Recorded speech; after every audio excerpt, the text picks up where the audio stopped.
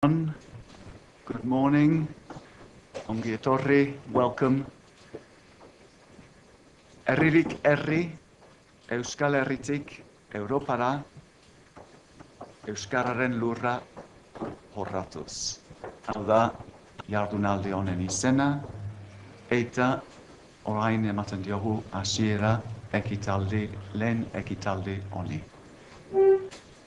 Lehendabizi, nire aurkeztuko naiz, izena dut Nick Gardner, kultura sailean ari naiz lanean.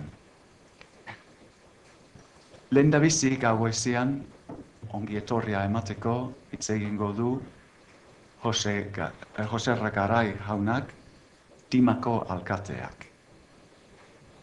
Gero, jarraian,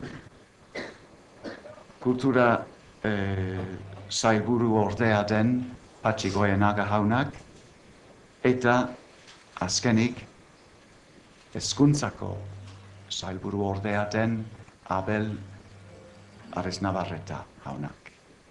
Orduan besterik gabe, apur bat atzeratuta gabiltzata, hasiko gara lehendabizi Dimako alkatearen ongi etorriarekin. Jose Garai. Egunon, ongi etorriak izan zaitezela danok Dimako herrira. Guretzat pozgarria da halako jardunaldi batzuk gure herrian egitea. Zoriondu behar ditugu bai berritzeguneak eta bai Gorbeialde landa garapenerako elkartea ekimen hau bidean jarri dutelako, eta baita Eusko Jaurlaritzako kultura, nekazaritza eta hezkuntza saila bere babes osoa eman diotelako. Badakigu gizarte honetan eta garai honetan herri txikietan problematika berezi bat badugula.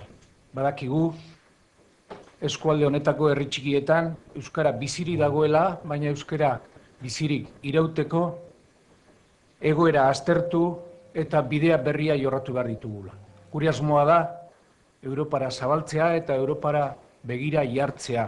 Horrek ezinbestez dakar hausnarketa eta egoeraren diagnostiko egoki bat izatea bide berriak jorratzeko.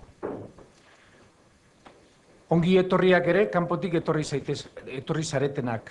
Badakigu Europako beste herrialde batzuetatik ere etorriak zaretela, eta espero dugu jardunaldi hauetan gustora izatea gugez, eta baita egun hauetan gure herria, gure eskualdea ezagutzea eta honen berri zuzena izatea.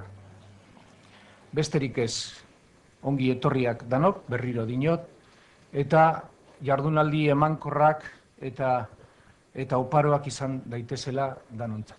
Eskerrik asko.